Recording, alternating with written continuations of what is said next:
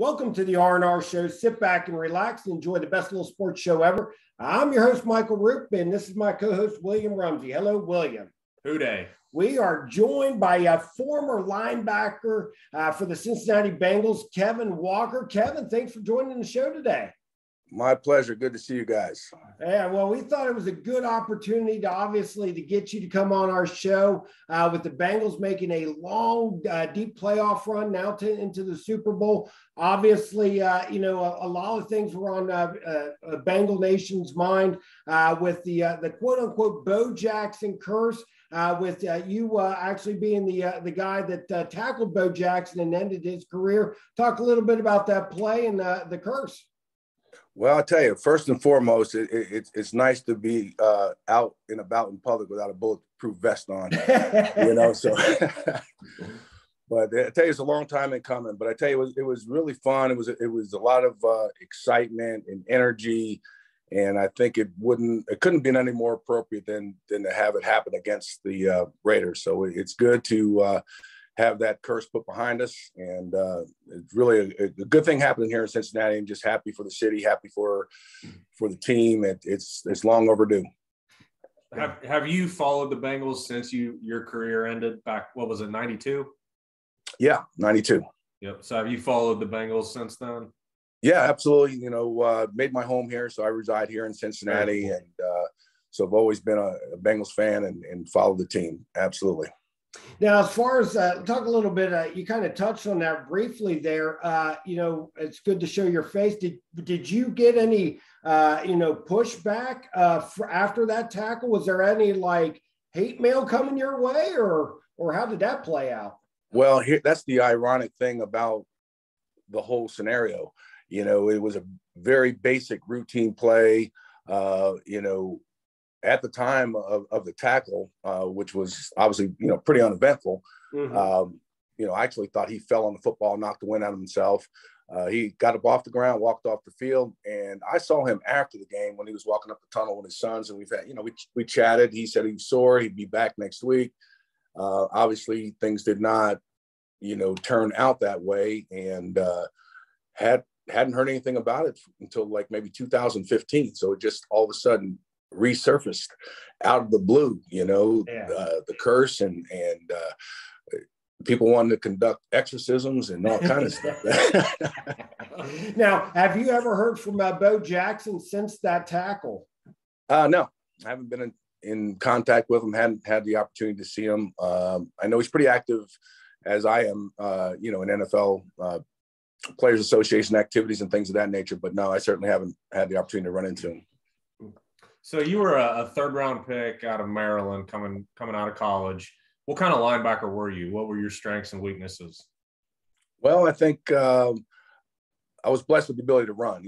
Sideline to sideline was my gift. And so I was very physical at the point of attack. So, playing an inside linebacker was kind of a custom fit for me. It fit my game very well, very aggressive against the run.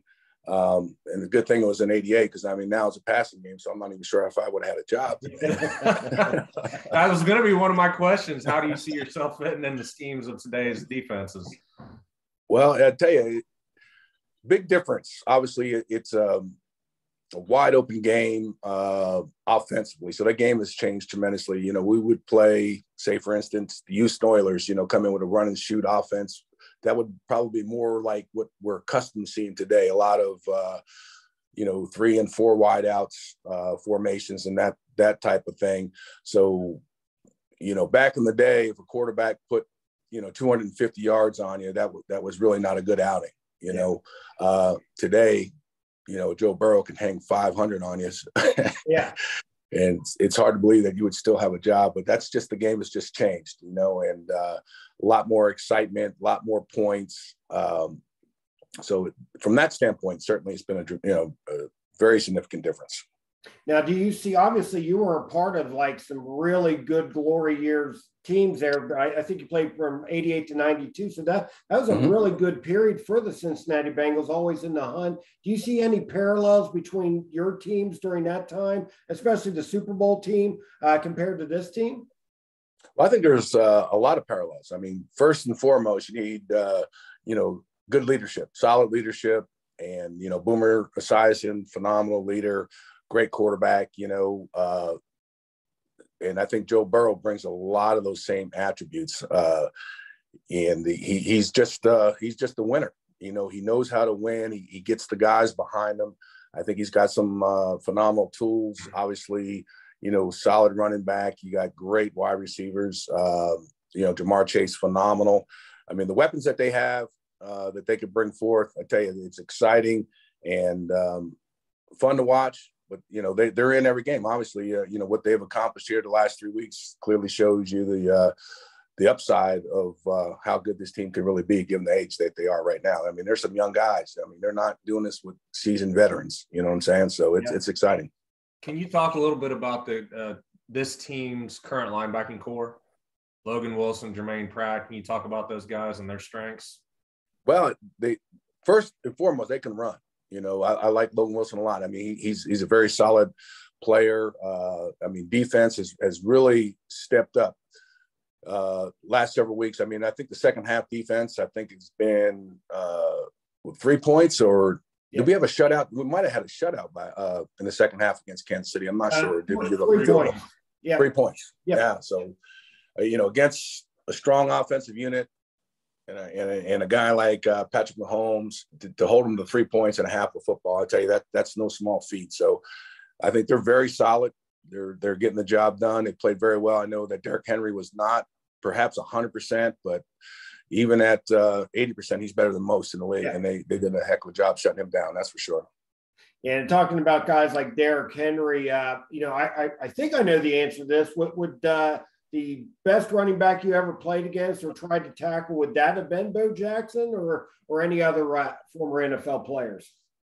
Well, Bo, unique that he had so much speed, and but he wasn't very agile, so that I would have to say would be Barry Sanders. Barry Sanders could actually make you hurt yourself without even having any contact at all. I don't know if you yeah. That's more of a nightmare. Yeah. We'd rather tackle someone that has some size and speed as opposed to someone that, could make you look like a his fool. His highlight reels are still on YouTube. I mean, they're amazing to watch. Did he ever make you just grab it air? I just try to use the sideline and as many weapons as I could possibly do to keep them in a confined space, because I know well what happened if it was one-on-one in open field. Yeah, I'm going to lose that one probably 9 out of 10 times.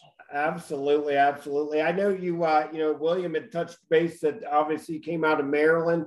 William brought this up in our pre-production meeting. Obviously, Boomer went to Maryland.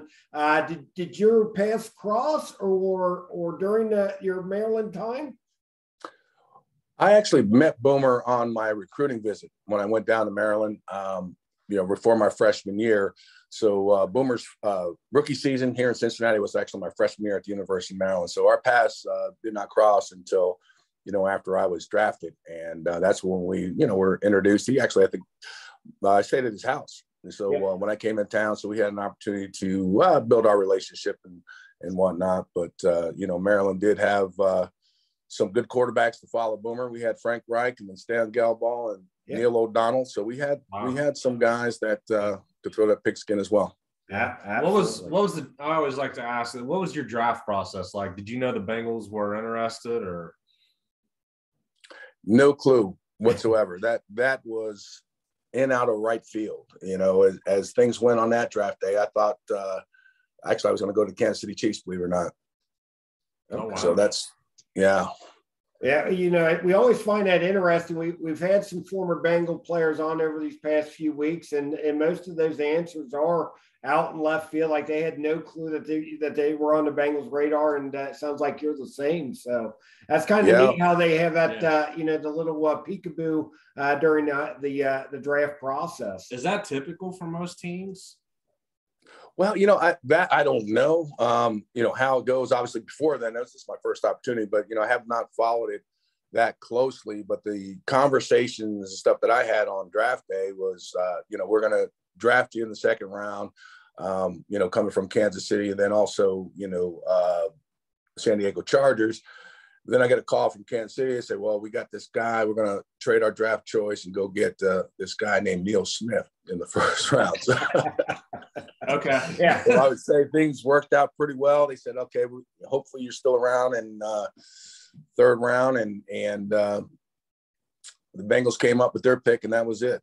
But I really did have a good visit with in workout with Dick Seltzer, who was actually a linebacker coach. And, he had a tremendous impact on my career. Phenomenal coach, and very happy that I have had the opportunity to learn the game and play under him for sure. He was really a good man and great coach. Good deal. So talk about the big game coming up. Where are you going to watch the game? I think in the confines of my compound here in Cincinnati. No.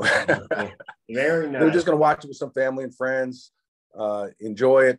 And there's a lot of excitement. So I'm not sure if I may be just a little bit too old to be down in the mix with some of those young folks. Hey, me too. Me too. Us too. What do you think of the upcoming matchup? It's going to be interesting to see. Obviously, we had some struggles offensive line wise, throughout the season at certain points. LA very, very strong defensively up front. But, again, I think we have, some weapons and things that we can do offensively to keep them off balance and slow them down. Like I said, defensively, we've been playing pretty solid. We're facing a great quarterback, clearly, an offense that could score some points, but, I think we can score with the best of them. Defensively, we can come up with some key stops and protect the quarterback and give them, the offense an opportunity to make some plays, because we got some playmakers. So if Joe has some time, and he'll certainly make some things happen. So I think that we're positioned good. Good deal. Yeah, I mean, that's the $1 million question on most Bengal fans' minds. How are we going to block up Aaron Donald? I mean, that's going to be definitely a chore. If we could give Joey B just a half second longer, I think we can make some big things happen. They have to figure it out, because I tell you, that's quite a bit, man. You get up under center and see him standing there, lined up. I mean, you have to have your wits upon you and have the ability to make some plays with your feet for sure. Well, before we let you get off here, Kevin, we're going to have to ask you for a Super Bowl prediction. And before we get that prediction, I'm going to say we had talked to some, past Bengal players and some friends of yours, and everybody's always been on the Bengals bandwagon, except for last week. We had 2 weeks ago, we had one Tim McGee say the Chiefs were going to blow him out. He did. So we're going to get an honest answer from you. What do you think about the game as far as prediction wise? What's the final score, and who's the winner? I think we're going to score some points. So I'm going to say I'm going to go with 34-21 Bengals. I like 34-21 Bengals. Yes. That's a comfortable win. I like it. I'm feeling it too, Kevin. Well, listen, we appreciate you taking the time to join our show. And thank goodness the curse of Bo Jackson has been broken. So we don't have to hear that anymore in the future. Right. So we may run into each other, because I'm going to come outside my house now. I feel free that I can walk. Absolutely. Well, Kevin, thank you. And, thanks for joining us. And Who Day, let's get the Bengals win on Sunday. Who Day. All right. Thanks, guys. Appreciate it. Thanks, Kevin. Appreciate it. All right. Bye-bye now.